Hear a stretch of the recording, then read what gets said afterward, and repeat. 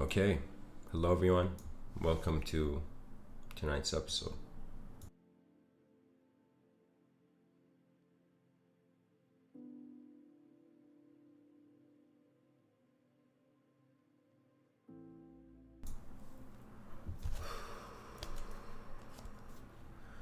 I wanted to speak about an idea, and hopefully my voice is loud and clear.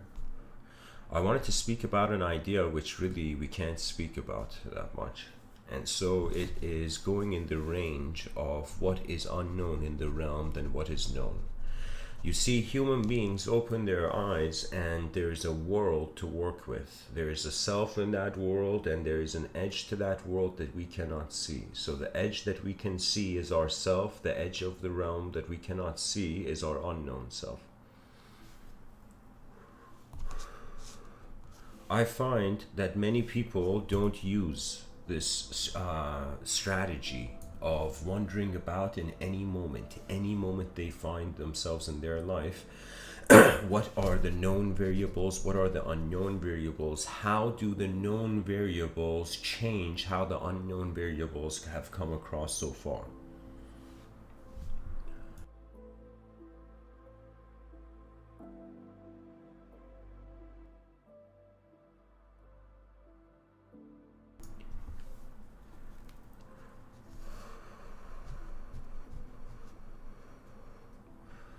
Eyes that were governing eyes before they were open is a suggestion of possible intelligent sight beyond known boundaries. That means the human being should not prepare just an ability to communicate with what is in the observable universe, what is known, but have an ability to communicate with the unknown. That is when we will be advanced. That is when civilization will be ushered into the next phase. Because if we care about unknown communication or the types of communication that are there in the unknown,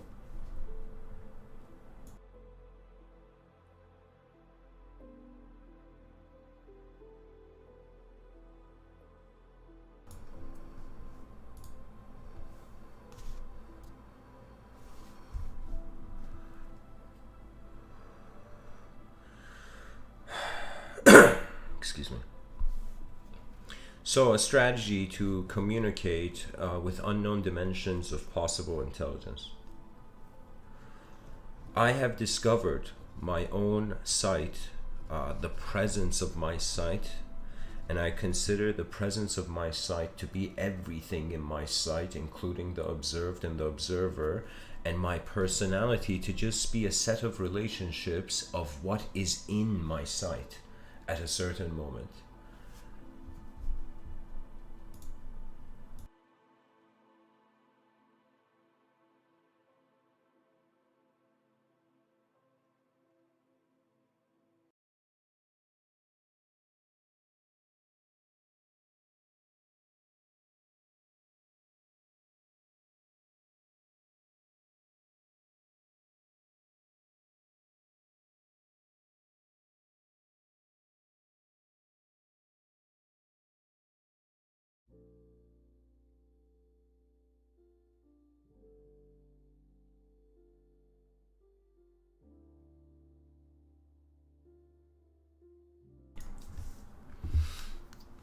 When it comes to the observer, that means everyone listening to me right now, you are an ambiguous, subjective, experiential observer of an existential, objective existence.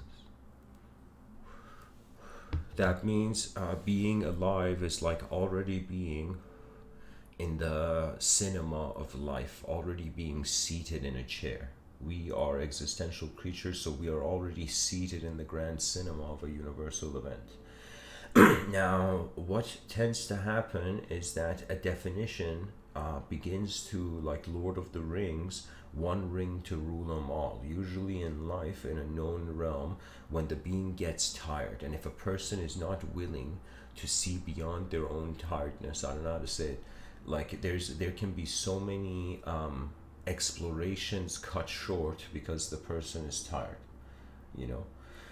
So if a person has this notion of first this revolutionary attitude, what would an infinite being live like in this finite realm?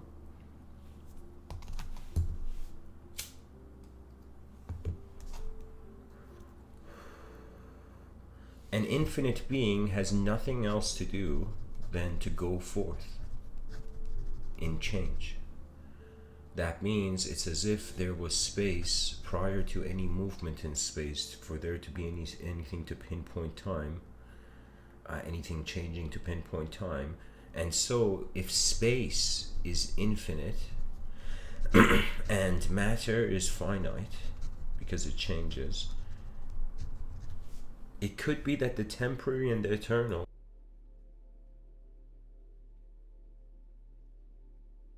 this duality is just an interpretation of two sides of a truly infinite, unending resource.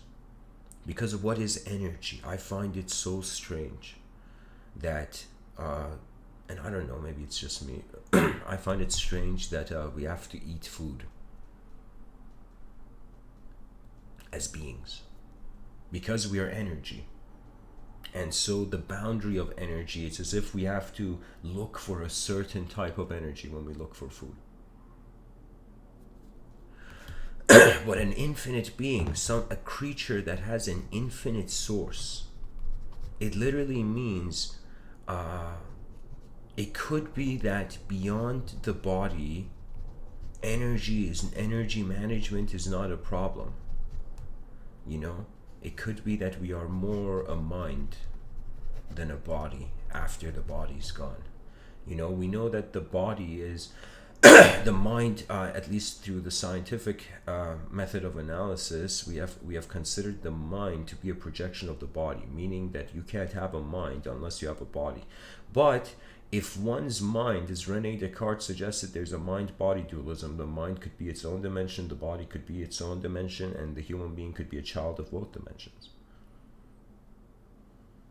You know, we have this attitude that there's a male dimension and there's a female dimension, right? But we haven't noticed that could the universe have a male and female dimension?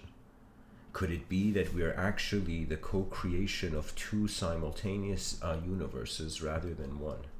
You know, a universe where it is existential and a universe which is experiential. The universe that is experiential, that is in the inner realms, I will tell you that one's mind has to do with your decency, and also has two factors. One, your decency to yourself, how you have walked in front of your own eyes in this lifetime so far. The other factor has to do with what role the world needs.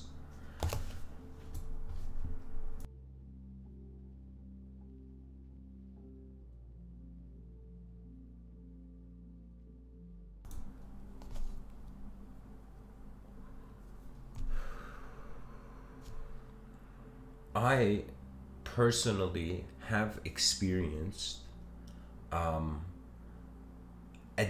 angle. I'm not saying my whole moment, because to give that declaration is going to make the world shake. But I will say,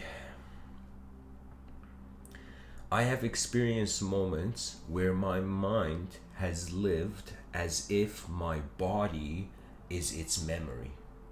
So you see, to the physical body, right, we say the mind is like the storage, is like the USB storage of all the files of experience one has to some degree had, right? But now when that person realizes the only reason, not the only reason, but how we are kept as an ideological identity is due to a preservation of a certain limited amount of experiences. It's as if, let's say, this is a strange thing, and it's not practical what I'm doing, but I think it can serve. Let's say that a human being lives a lifetime and they have 20 memories. We have a lot of memories, of course, but let's say a human being lives on this planet and they only have 20 memories in 20, let's say let's say human beings in the future, they live 200 years, and instead of having so many memories, they have like 20. You know, every 10 years they have one memory that classifies that whole 10 years, you know, something like that. So let's say a human being who lives 200 years has 20 memories, and now in a time span of so these 20 memories, now let's say okay, let's say there's a threshold. Let's say on this planet you can have 100 memories, 100%, 100 memories, let's say, okay. And now you live a life that is 20% and you have 20 memories. And let's say somebody lives and they have, in some sense, I don't know, let's say 2 memories or 10 memories and 1 memory, right? The person who has 1 memory cannot be a person, by the way. That means this is very difficult to say, because if there the first memory is the present. I feel like I could be confusing the audience here. Let's say there's a certain amount of memories you can have, and these memories are the color palette which a person animates into a character in the moment, where they have strategy. That means based on how a person has experienced the moment, and they go into another moment that is similar to that moment, the same strategy applies, right? That means if somebody sees a plate of food, they will look for, let's say, a fork and spoon, right? Because that familiar pattern is there. But let's say Tarzan saw a plate of food. He's not going to go looking for a fork and a plate. He's probably going to like just grab the food and run up a branch, you know? So like,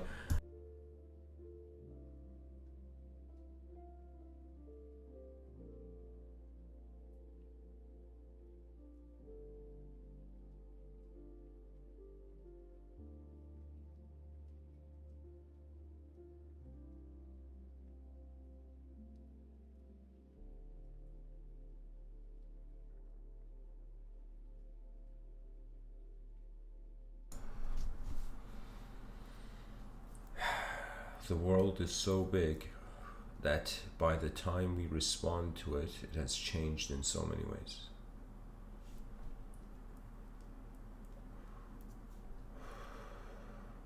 Eyes governing eyes is a suggestion also to a double-edged narrative that is taking place in human metaphysical thought. You see, there has been a divergence. This was something that I didn't take seriously in an esoteric fashion, but then I realized too many signs from it to not take it seriously. You see, there has been narratives between those on this planet who have given the idea of the spirit a greater than sign than matter. And there are those who have given matter a greater than sign than spirit. Those people who they honor matter to be in the room before spirit. The honor and glory of life is humanization, and these are truly the God conscious among those. That means we may feel to be spiritual means to kind of get close to God, but believe it or not, the end, what's the term?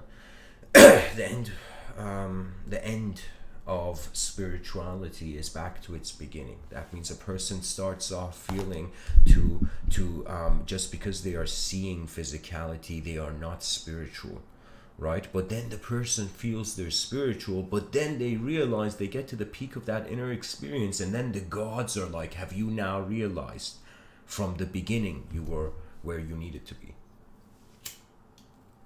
You see, I feel the moment this life finishes, there will be 2 conflicts to my life force.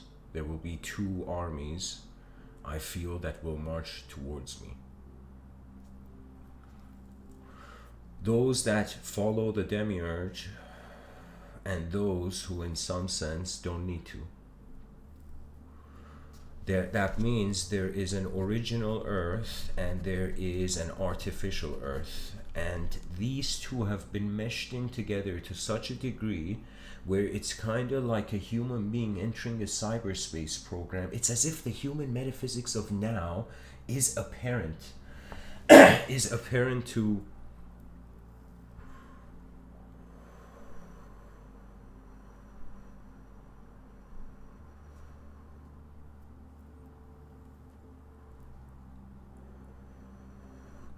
let me tell you what's going on. The spirituality our ancestors experienced, the metaphysical narrative, stories, legends, It is an echo of how from their present they could see their future. What that means is they had swords and shields, so the gods had swords and shields back in the day, right? Now we don't have the whole mythos, or I shouldn't say mythos, the whole ethos of a god. Do you see? So what we have is the ethos of a simulation. That means who knew God would become a video game in the future?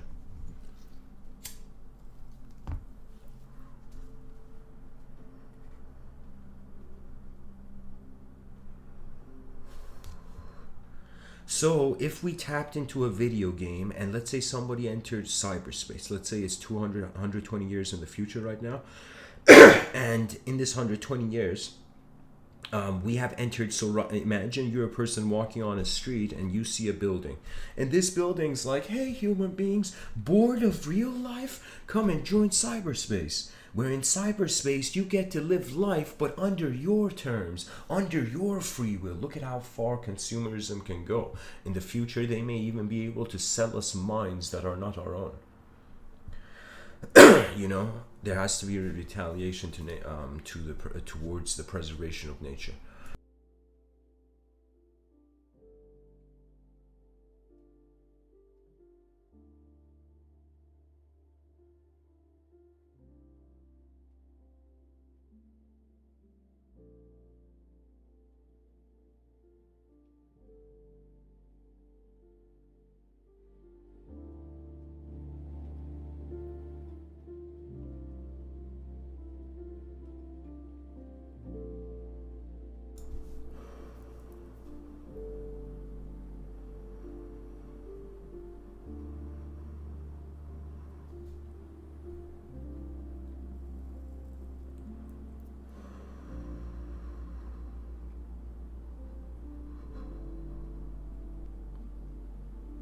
If we were in a cyberspace simulation, and in that cyber simulation there were human beings being born, that means imagine in that building there was a game. There was a game called Human Life 2.0, and in that game, Human Life 2.0, a person went in and you would come back to the same world as it is up to date now, but with cyberspace permissions. So now imagine you are a real biological person, and since the time of birth you have been inside a cyberspace phenomenology, cyberspace simulation. So imagine you're born in a video game, but you know your soul is a character beyond the video game. That means whatever character you are in the video game, you're playing it behind the screen, right? So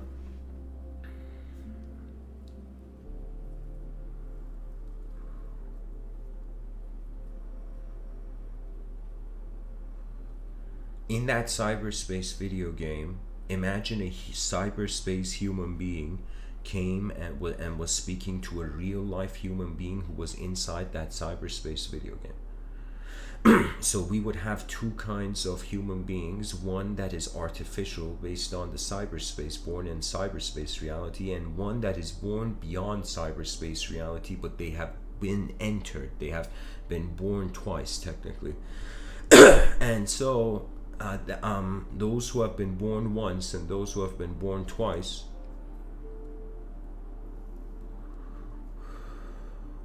its implication would be that the character, the human being inside cyberspace, should do nothing but accept itself. And the human being born, and the human being born beyond cyberspace, they can find freedom. So what it means is there's two types of living for human intelligence, I would say, as it moves on to the future. Right now, philosophers are saying, is reality a simulation? In ancient times, they would say, is reality a dream, right? But in the future, it's going to come to the most incredible question of them all. Reality is not going to be anything. The only question is going to be, is reality real? Was it ever real? And could it be that all Atmans in the realm are not experiencing this world? There are two worlds in motion. For some, their mind has access to that royal kingdom, and it is tested. That means every human being. That means parents should probably look at their children in the future and be like the Spartan parents, not to kick their children into wilderness, but be like children of the future. This world cannot be expected. We must learn to live with the unexpected, with the unknown. It is a tenant in the room. And it is fine. Mankind doesn't fear death because mankind doesn't know what life is yet. But when we truly realize life, death is going to fear life. Life is not going to fear death. Death is going to realize why.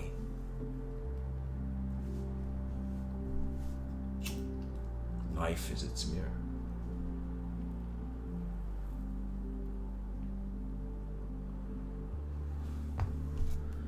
This thing of the artificial Earth and the original Earth being beyond the cyberspace simulation, and let's say we are, instead of a cyberspace simulation, we're in an elemental space simulation.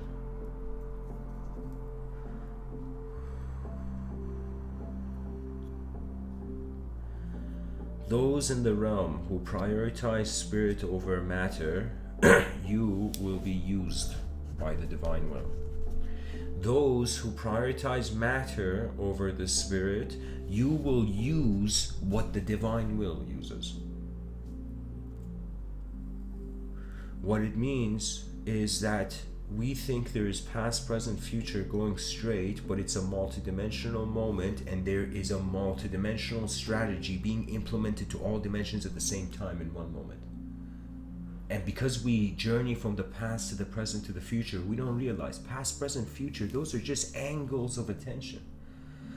The present is a circle, and the past and the future are like the degrees, the points of the degrees, that degree range. That means you need a present to have a past and future. If we have no present, we can't tell if it's the future or the past. It's like a coin. Right? So we have made the middle of the coin be freedom, at least for now, or ancient cultures have done this.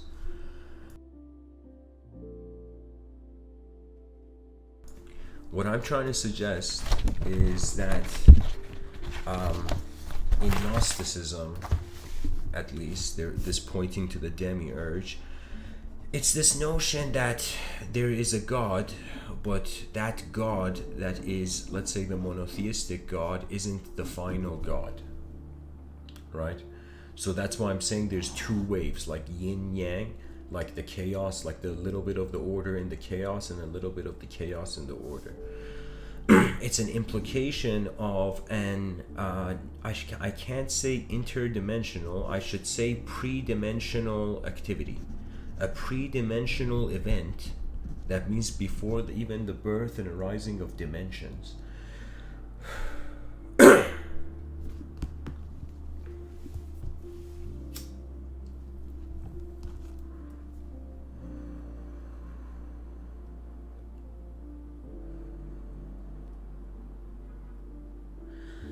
The demiurge, its destination is not physical. It is the urge towards the divine. Now, if we consider, just for a moment, just entertain this notion that this realm had an administrator. You know, just like we have a digital group, or like, you know, Facebook groups or whatever, like they have administrators. Let us consider that there was an administrator, and this administrator created a group, and a person in the group who had become a moderator began fighting with the administrator. Now, this war between the moderator and the administrator is strange, because the administrator created the group, but the moderator has an ability to influence the group.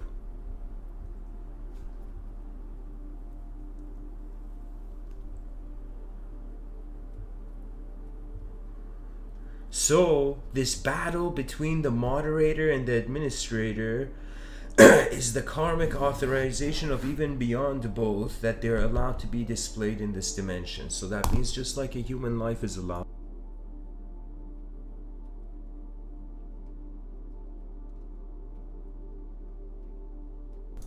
Divine lives are allowed to. Beyond the sensory, divine lives matter.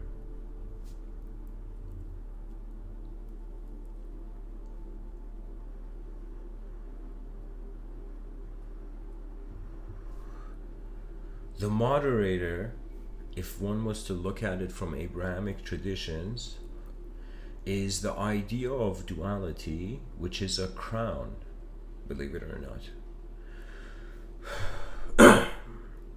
And it's the only crown that thin kings can wear when they are thinking.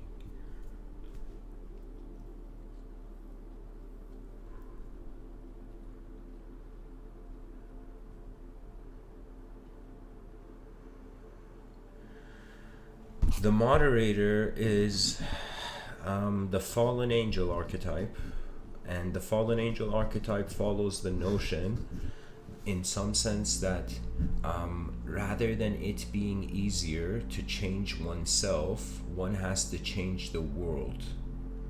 That means it's as if mistakes could have been learned quickly, but they weren't. And so excitement came when confusion found a way to hide for eons.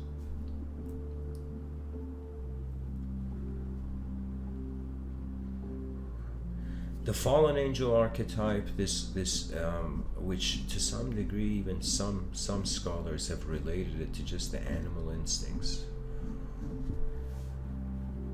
It's as if what is evil has the same openness of brutality that a vicious animal in a forest about to attack someone else has, you know. But I would say the idea of the demiurge, or even the concept of the demonic, you know, and the concept of angels. The angel listened to the will of the truth. The demonic was the deformed listening of the truth. That means the moment a person abides by their inner decency, their nature is authorized by the nature of what is being the whole moment to change. That means there's no such thing as angels and demons. There is just attention that has noticed where it is and hasn't yet.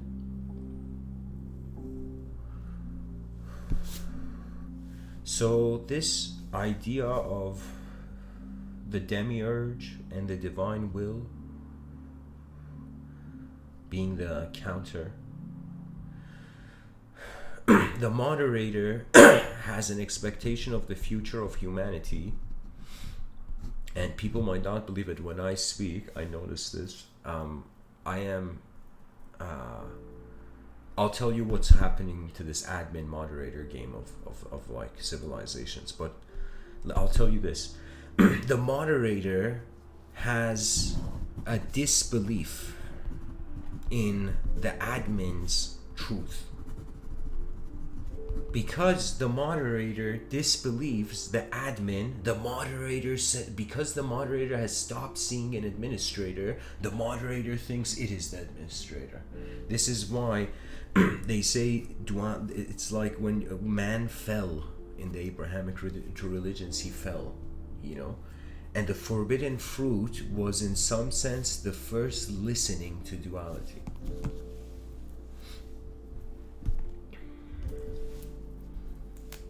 You know, before a child is born, the parents of that child go through events in their lives.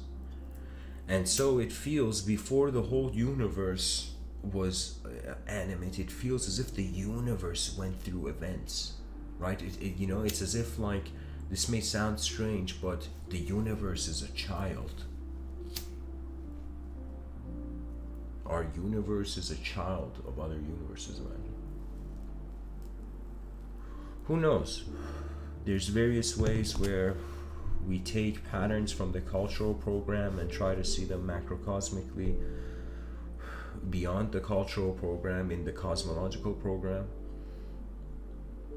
There are patterns we see in the cosmological program. We bring it into culture.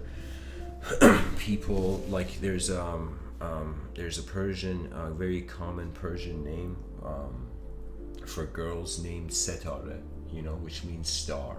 Or I'm sure, like in Italian, there would be Stella. Like I don't know, but it's like that we take archetypes from the macrocosm and we place them in the microcosm, and we take archetypes from the microcosm, symbology from the microcosm, and put it on the macrocosm. People have worshipped the sun. People have I don't know, loved getting tans in the sun. you know Technically a tan is sun worship of some kind. Who knew all these beautiful women on beaches are sun worshippers? Ancient Egyptian metaphysicians.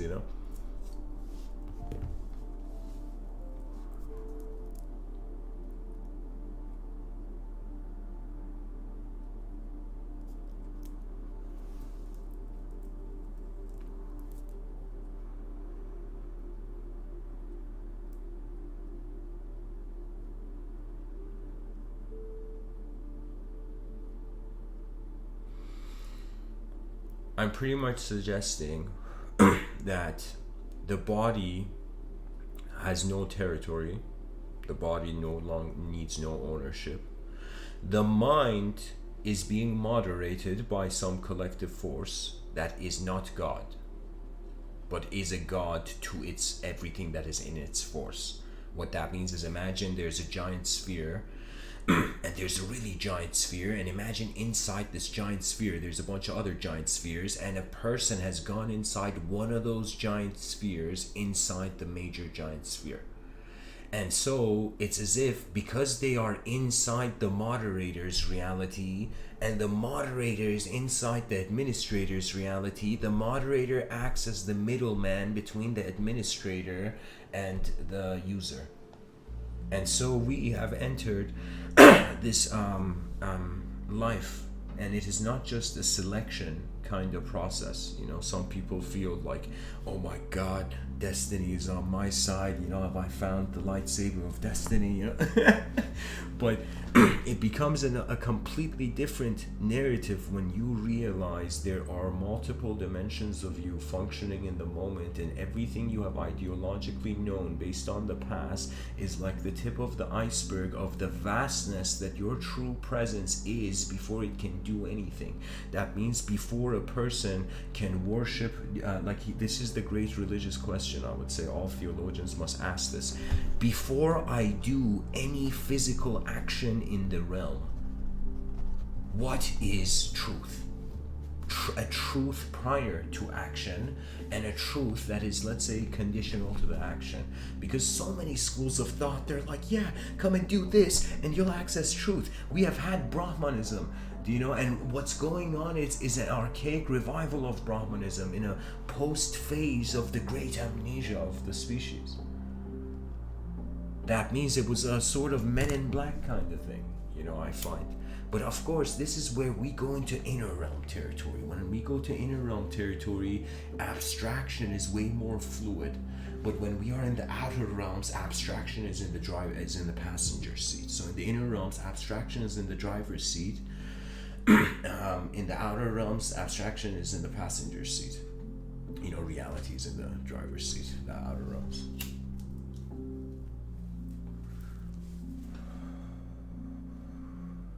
That conflict between the moderator and the admin is that the admin has spoken to the moderator, and the admin has said to the moderator that if you don't moderate properly, you will be in some sense dismissed. And so it's this notion of, if God is within everything, if that angle is approached in the monotheistic view, it literally means good and evil are God, both of them.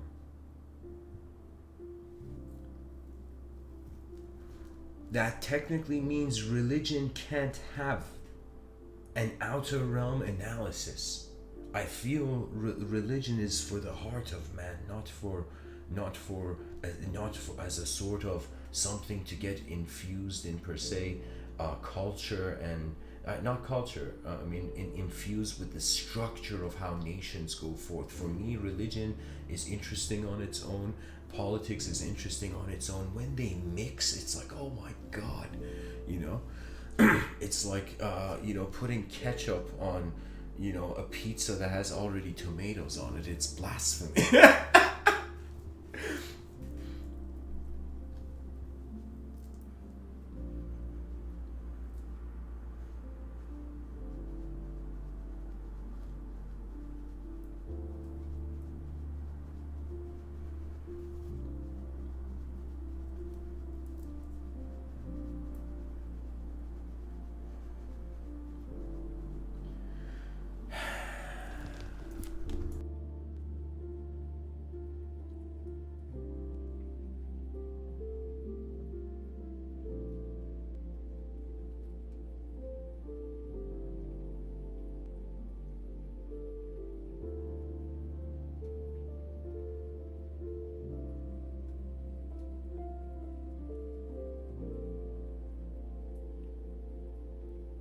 Okay.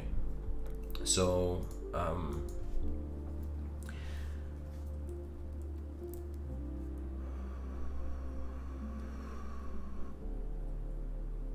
let me see. So many ideas to choose. Okay, so quick response to the chat section. The Persephone myth, I'll get to it at the end.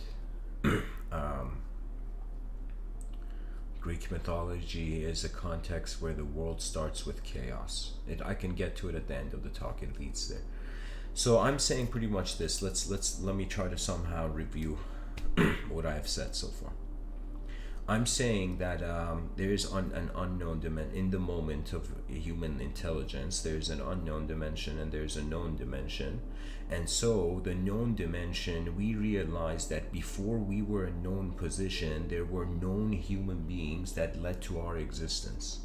So there was known events in the realm happening before we were known to ourselves. So this means that truth surpasses the sphere of our consciousness. This automatically means language cannot contain truth, not because it doesn't have the capacity, because truth could have been something that had to take place before we could emerge.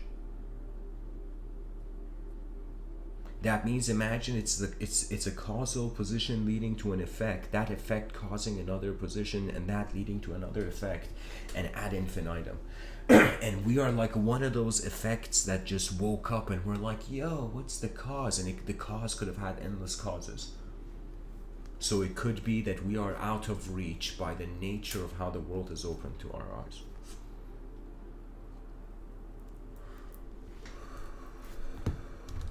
Now, this concept of the demiurge, this concept, after saying the known and the unknown, I pointed towards how there's a sort of cyberspace angle we can see where it's a world inside a world, and that first world is being moderated by ultimate ignorance, and the other is being moderated, is the whole thing is under ultimate administration.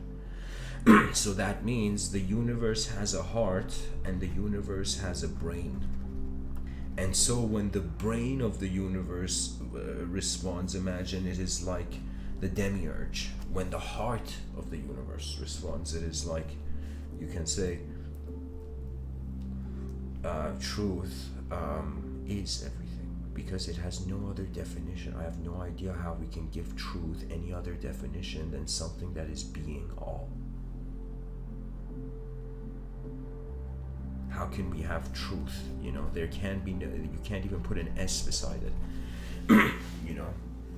That S inevitably has to have one location. That means we say we have multiple truths, but we're in one giant void. So the giant void has one truth. That means there's microcosmic truths and macrocosmic, macro truths and micro truths. A micro truth does not have enough strength to change a macro truth. A macro truth it's like the context to the micro truth being the concept. Anyways, to find the balance and try to make the demiurge and truth It's pretty much as if we are the children of the divine in a cradle, and we can't see beyond this cradle that we're in. And what is going on is that in the universe there is a kingdom. And it's not that it's, I would say, I don't know if one can say it's heaven, but if somebody from the electromagnetic spectrum of their sensory eyes suddenly perceives beyond, imagine a totally different frequency range, and in that frequency range, in the electromagnetic spectrum, they see a kingdom. So could that be the implication of the paradise beyond the eyes of man? It could be that there is an advanced civilization already here. We could be an incredibly advanced civilization right now, and this earth we're experiencing is a test try, you know? It's an advanced civilization's ways to get research how advanced it can be.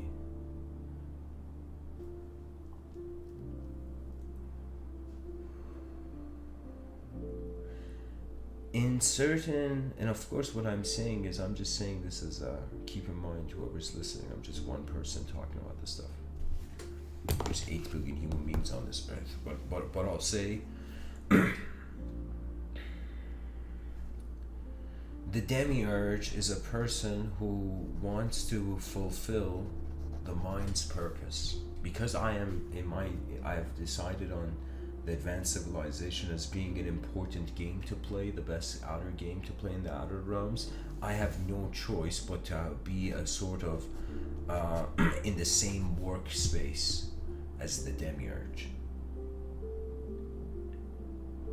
But in reality, the divine admin, this is all abstract of course, the divine administrator, it has nothing that the others can be concerned about. That means it's like a giant, and we don't have those giant eyes, so we can't be concerned about those giant issues.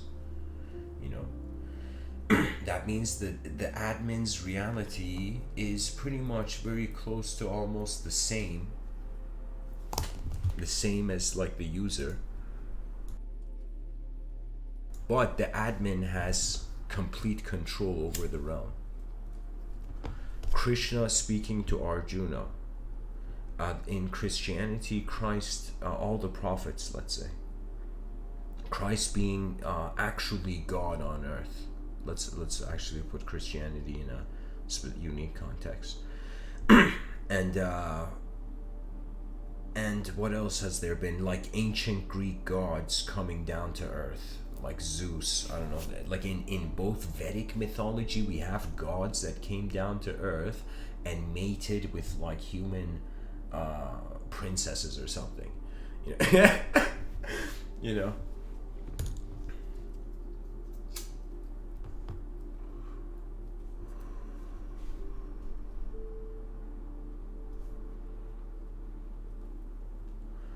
I'm pretty much saying the archetype of God, the administrator, being able to be not everywhere, but is seeing everything, you know. And you can say hilariously to the moderator, the administrator is another moderator. Let me tell you, because the only way when it comes to power games, I don't know how I have an atmospheric familiarity with saying these things, but I'll tell you, when it comes to the game of kings, and let's just fathom like kingdoms back in the day at war, there was this incredible book written by Niccolo Machiavelli called The Prince. And in it, he speaks as if his soul belongs to the royalty of that time. and so, but he continues. And so what does he say? I mean, it's too big for me to go into actually, but I'll say there was this notion that, imagine just back in the day, kings, right? A group of kings. And now these kings are wondering about truth. Each king feels they are the admin of the realm. too many people in history have just opened their eyes and they're like, no way, am I the chosen one that's supposed to rule over everything? You know? That's the demiurge, but it is not even understanding of the divine. Because there's some people who want to have a relationship with spirituality just to see something, and there's some people who want to know what kind of room they're in. That means, where are you right now? Whoever's listening to me, where are you? Wonder about this experientially, directly. And let language be in the passenger seat. Because when your eyes, when energy's instantaneous, uni-knowing,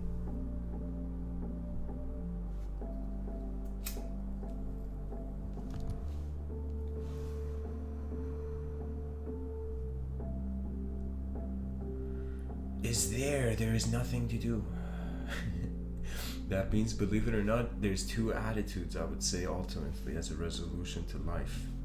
First of all, there can be no mistakes and no accidents, because accidents to what compared to what? So there is, it's like when we don't know what the meaning of life is, then if we are giving a meaning to life, we deep down know we don't know it, right? And so we are left with that unknown. So I would say, if you realize you're unknown first then known, your fear goes away, and the whole karmic rhythm of your life is directed towards human discipline. That means there is an event taking place, and we have become the animate force. We are the pilots. As the first species, look at our responsibility as a species on this earth. We are responsible for the destiny of all these creatures on this earth, when we have a force that, if we misuse, they do not surpass. That means the advanced civilization will not only quickly find a way to, probably there's going to be immortal juice in the future as a replacement for food. But I am telling you, it's just strengthening the kingdoms of the conscious and of the living.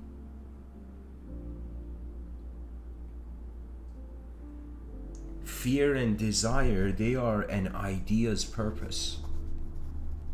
That's the only what a subject can do. Without fear and desire, subject has nothing, no angle to change. Because if the mind in the inner realms, it's unconditional.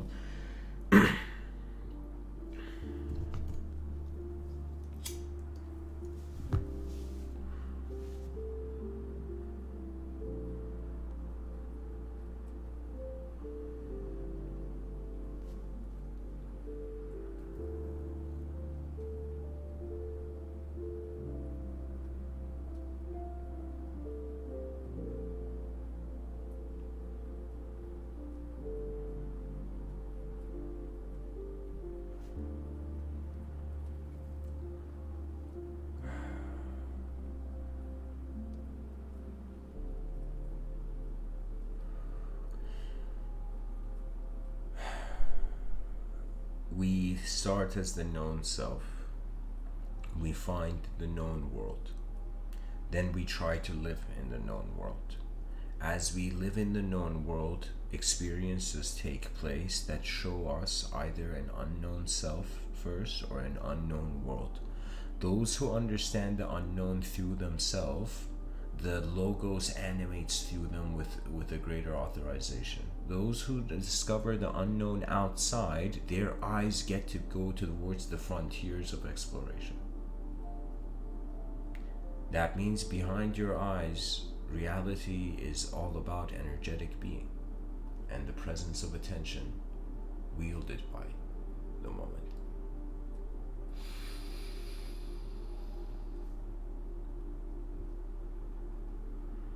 The winds of evolution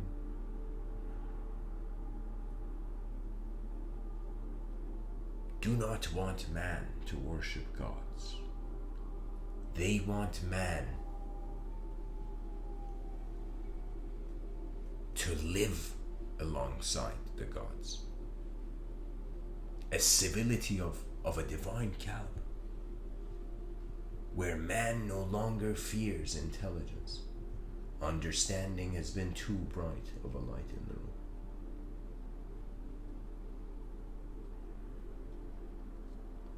Whether gods are stealing the truth of man, or whether man takes the truth of God away. If the mind does not have something to look up to, it will remain in its shadow. If the body is not given a command, it doesn't, believe it or not, strangely, its function becomes different. And I don't know how many people command their intelligence. Like now it's just occurring to me, maybe that maybe people feel that their body is commanding them. You know, it could be different.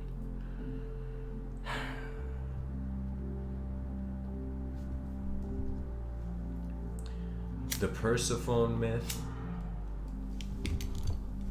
I will read it for those who don't know what it is. In Greek mythology, Persephone was a kind of, phone that had, advanced data. No, I'm joking. In Greek mythology, Persephone, also called Kor or Kora, the maiden, is the daughter of Zeus and Demeter. She became the queen of the underworld through her abduction by Hades, the god of the underworld, with the approval of her father Zeus. Oh my god. The myth of her abduction represents her function as the personification of vegetation, which shoots forth in spring and withdraws into the earth after harvest. Oh my god, I wish Terence McKenna... Wow. Hence, she is also associated with spring as well as the fertility of vegetation. Similar myths appear in the cults of male gods that, like Attis, Adonis, and Osiris, and in Minoan Crete. Okay. Okay, so it's a vegetation goddess. So, I don't know. Probably it's too dark in there, and that's why the vegetation goddess seeks the light. That's why plants, let's say, go towards the light, because it's too dark in the ancient Greek underworld. And of course, these are states of mind that lead to stories of being, right?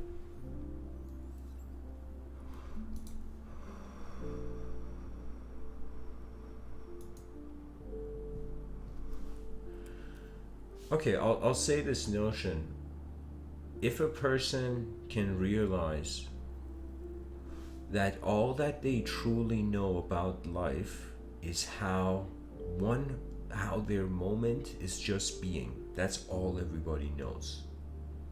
That means if you stop moving in this realm and you just sit still for a moment and silent and just be in this space, in this room of the space-time continuum,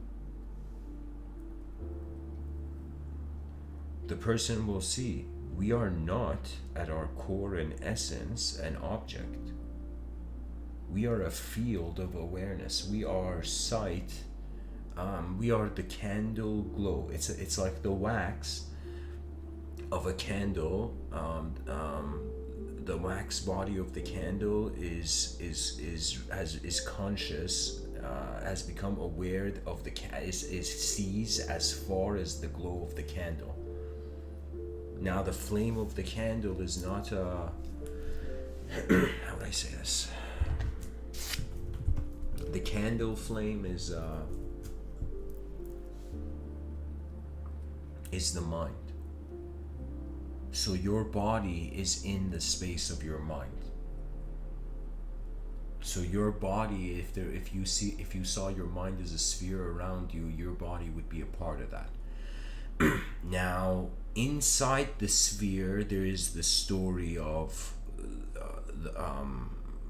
reality. And in ancient times, when they entertained the Persephone myth, and what it meant is that gods had connections to everything.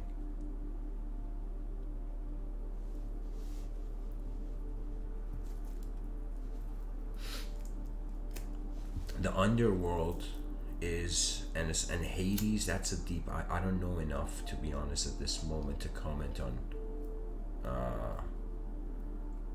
the evolution of, like, I don't know enough culturally about Greek culture to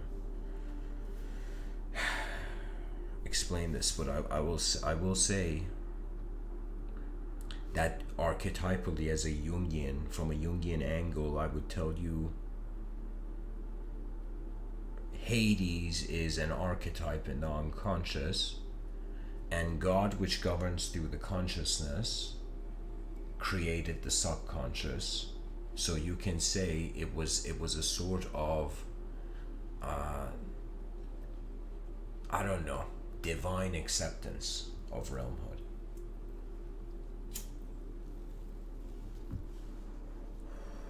I believe the underworld in Greek mythology was called Tartarus, and it was designed by someone. No, who knew hell had a designer? In Greek mythology, I think. Let me see. Okay, Tartarus.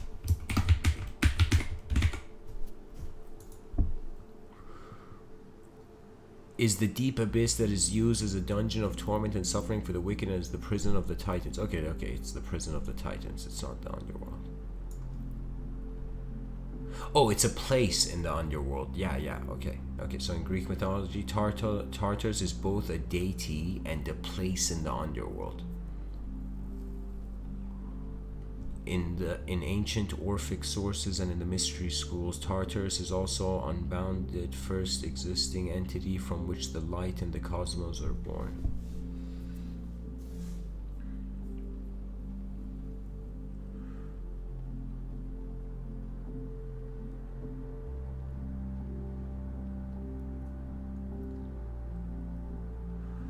Wow. So Greek mythology, of course, mythology arises from poetry. And so the poet that wrote it is Hesiod. He said, so Hesiod, I don't know how to pronounce it. Hesiod asserts that a bronze anvil falling from heaven would fall 9 days before it reached the earth. The anvil would take 9 more days to fall from earth to Tartarus.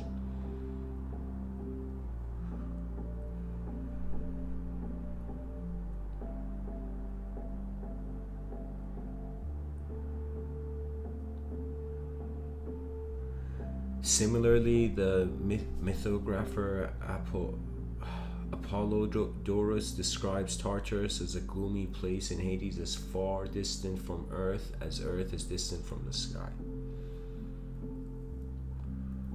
Yeah, I mean, the underworld is those who haven't deserved to live on the surface.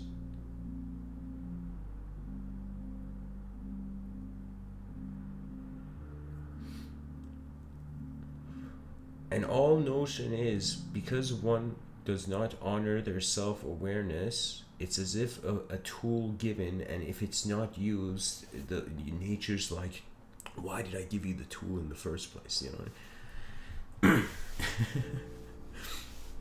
Okay, that's it for Greek mythology, you know.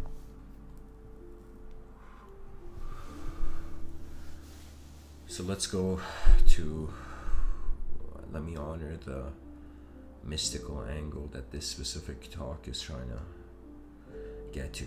So this notion of the admin moderator, this notion of two forces at work, this notion of spherical concentric circle like minds, each seeking governance, that means it's not just physical beings that desire physical things.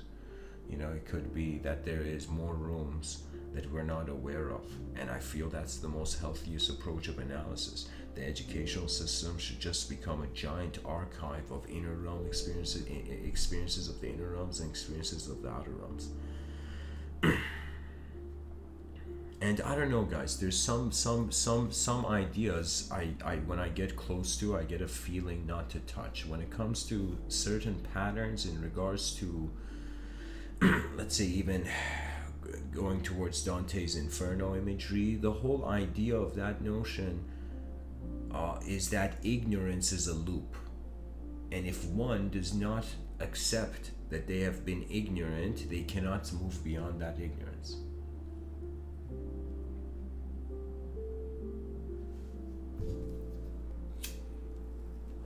Like, for example, I'm personally, I'll use myself as an example. I'm a smoker. This is ignorance. At some point, I have to see beyond this ignorance. I have to accept it and see beyond this ignorance. Now, think of that now as a being with a mind in a world. The inner realms can become a great source of honor and inspiration if one does not worship the inner realms, if one does not make God a thought.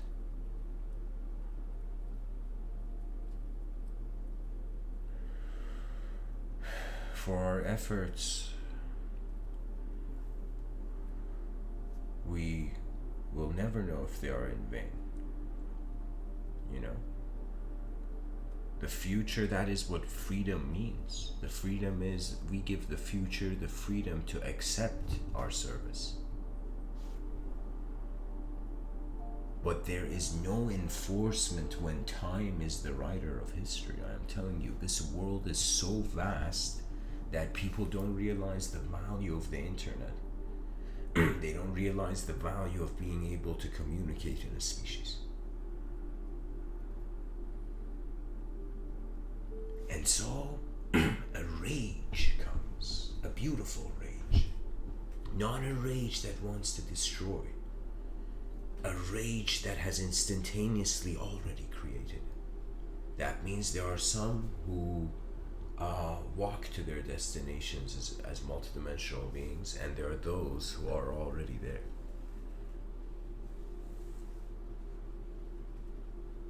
And our mind fears instantaneity. Right now, if out of nowhere, let's say like something appears, there's this whole flatlander analogy where it's like on a table, let's say flatlands, and there's two squares living in that two-dimensional world. Now, let's say somebody puts a cube, a three-dimensional cube on this table and moves the cube suddenly and picks it up and moves it to all those people in flatland, a human being teleported, and then a human being teleported out.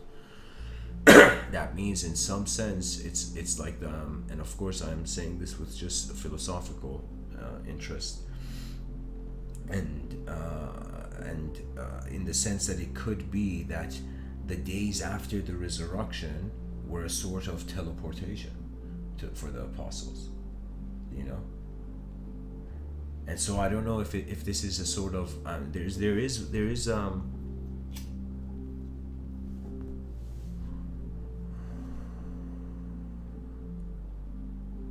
I mean, Thomas doubted for a reason.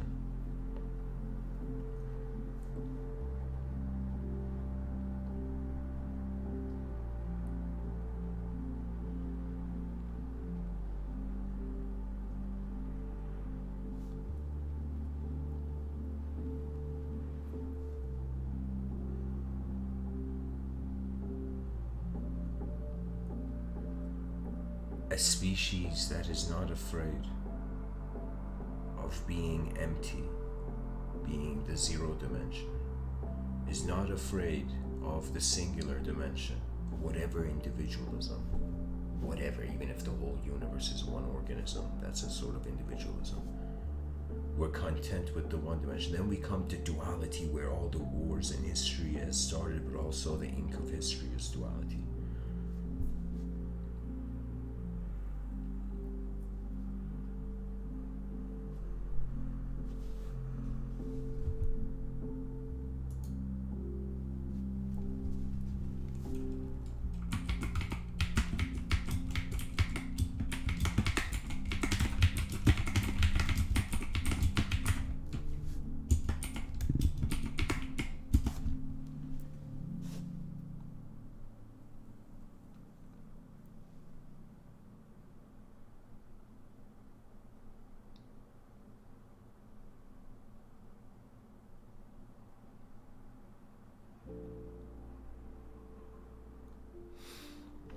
Guys, the biggest problem on this earth is language worship. I was just looking at the comment section, and I'm telling you, don't. There is no winning linguistic lottery ticket.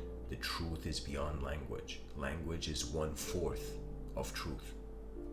1/4. All human knowledge is 1/4 of what's going on in this realm.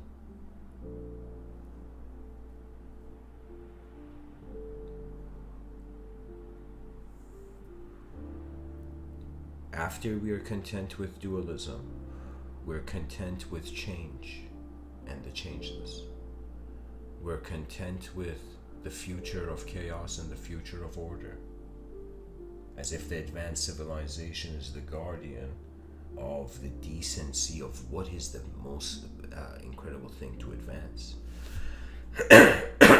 We can say an enlightened extraterrestrial civilization hypothetically wouldn't interfere with human intelligence, right? And so, if there were advanced civilizations, if one considers there's advanced civilizations and one if one considers there's enlightened extraterrestrial civilizations and unenlightened extraterrestrial civilizations, it's as if like a greater game being played beyond what man can fathom. As if that scene in Ip Man where Ip Man waits for his child to leave the room and then defeats the bad guy or something.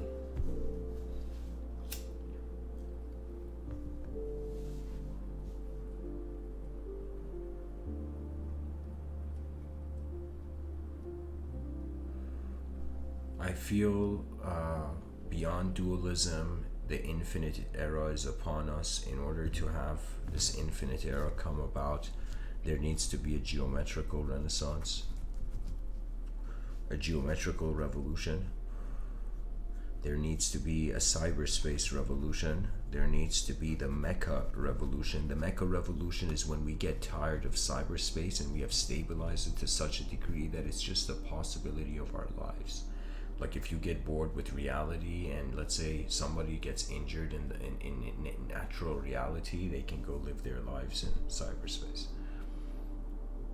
Because the mind is a sensory receiving phenomena, so if the sensory reception can be controlled and through the gaming technology being able to make a world of randomity, we just need to make cyberspace mimic reality to have another world where those who can't be in the world can live in the same world too.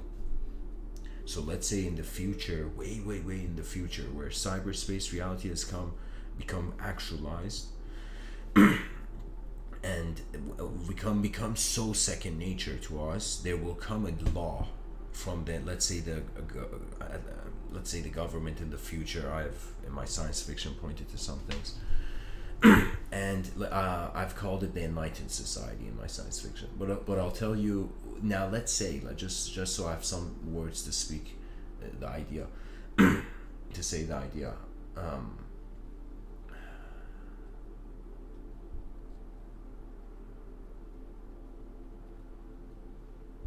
The enlightened society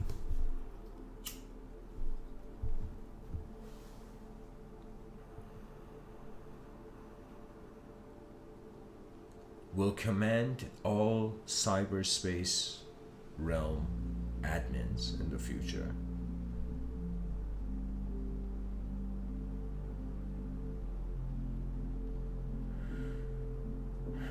to make cyberspace as closely real as possible, so the exploration conducted in cyberspace can have a contribution to those outside of cyberspace.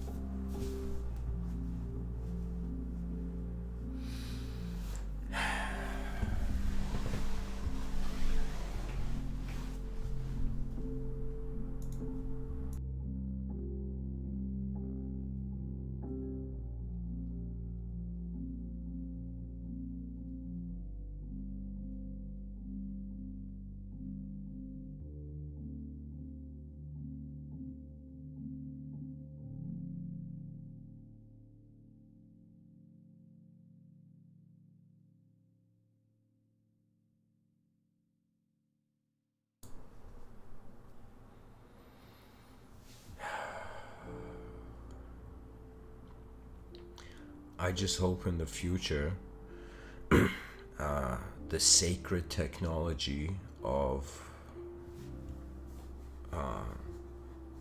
speech through an awareness of silence doesn't get forgotten.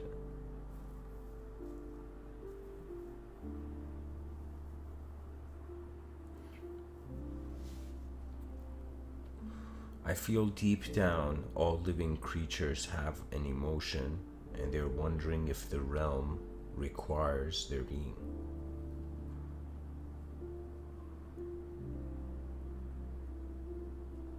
And because the story of civilization is so boring, because the ethos, the collective ethos is so boring, it's like, of course, selfishness can be a bigger justification.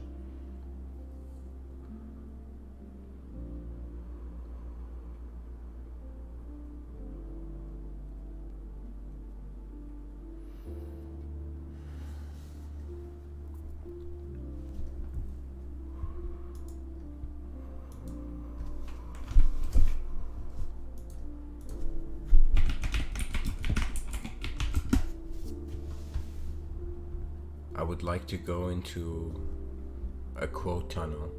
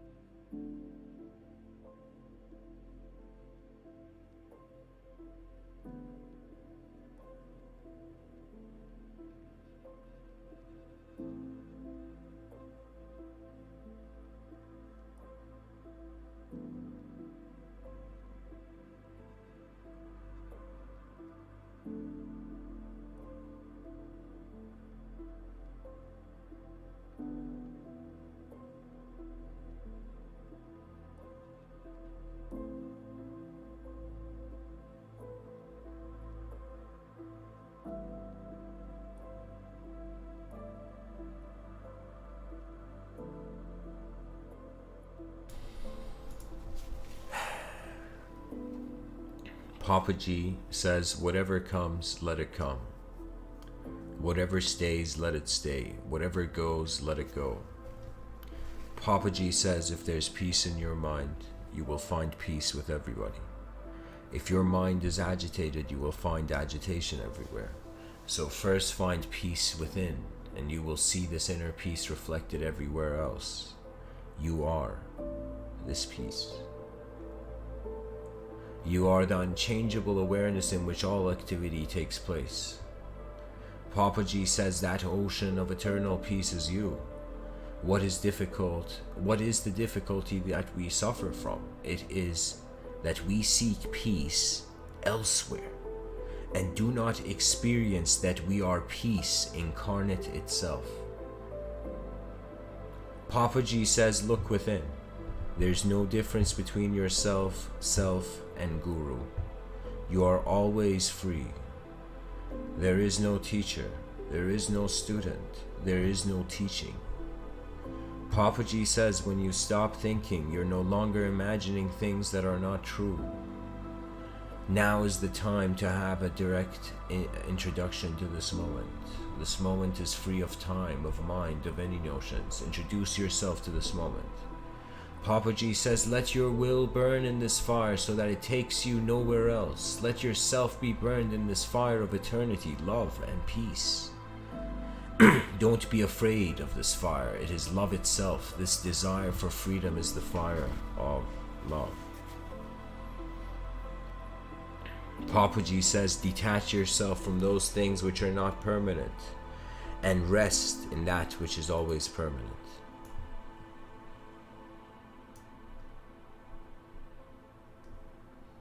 I mean, yeah, definitely eternity is a good place to rest, you know.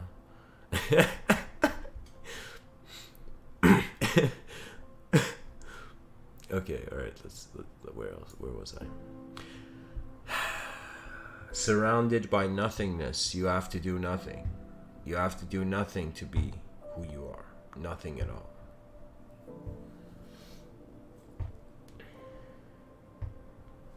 Papaji says, when you know that you are meditating, it is not meditation. Papaji says you have to simply become aware of the moment of the mind, which begins this endless trouble. Papaji says nobody wants to work. Not even the breath wants to work. Papaji says if you see the illusion, you're enlightened. But if you think that you're enlightened, you are in the illusion. You are in the illusion. Papaji says one is always free and one is always alone. The mind is only dreaming. Papaji says if you identify with what comes and goes, you will be unhappy. If you identify with what is permanent and always there, you are happiness itself. Papaji says, look here and know who you are. Instantly you will find freedom, and this suffering, hitchhiking from womb to womb, will instantly stop. The only way is to look within. Papaji says meditation is to effortlessly turn the mind towards that energy which energizes the mind. Papaji says keep quiet. Don't touch the thoughts. Let them be. Papaji says the way to live a happy, beautiful life is to accept whatever comes and not care about what does not come. Papaji says if you address the mind with who are you, it will disappear. Papaji says what is the purpose of human life? To return home.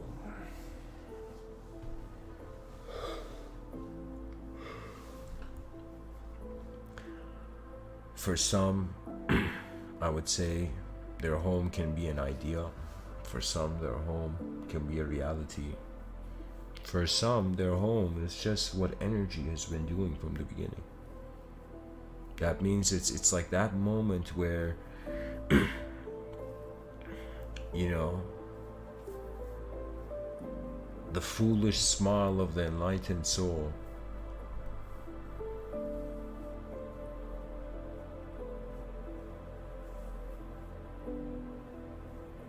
can see beyond its body because it has accepted its body. That means if you knew something, you won't be looking for it anymore.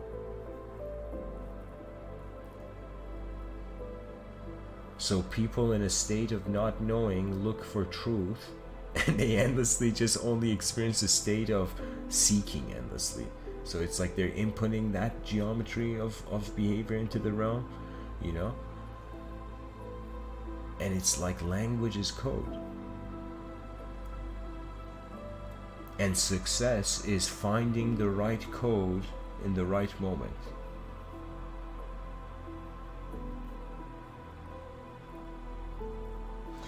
Anyways, thanks for listening. I hope this episode was helpful. The eyes beyond, the eyes that governed, eyes before they were open. God, the admin and the moderator, nobody needs to really worry about. They can understand their presence. They can know of, let's say, a deeper metaphysical nature to things, but it doesn't, like ultimately the users in the group are there to just be users of the group.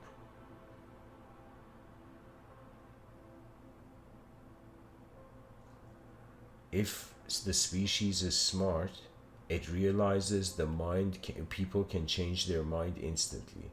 If we can change our mind instantly, why are we playing the belief truth game? And so we begin adjusting to that modality of an unknown viewer of a changing known world. Because I can say I have had a birthday, right? But the eyes, the awareness that is just instantaneously being experiential in the moment, that attention is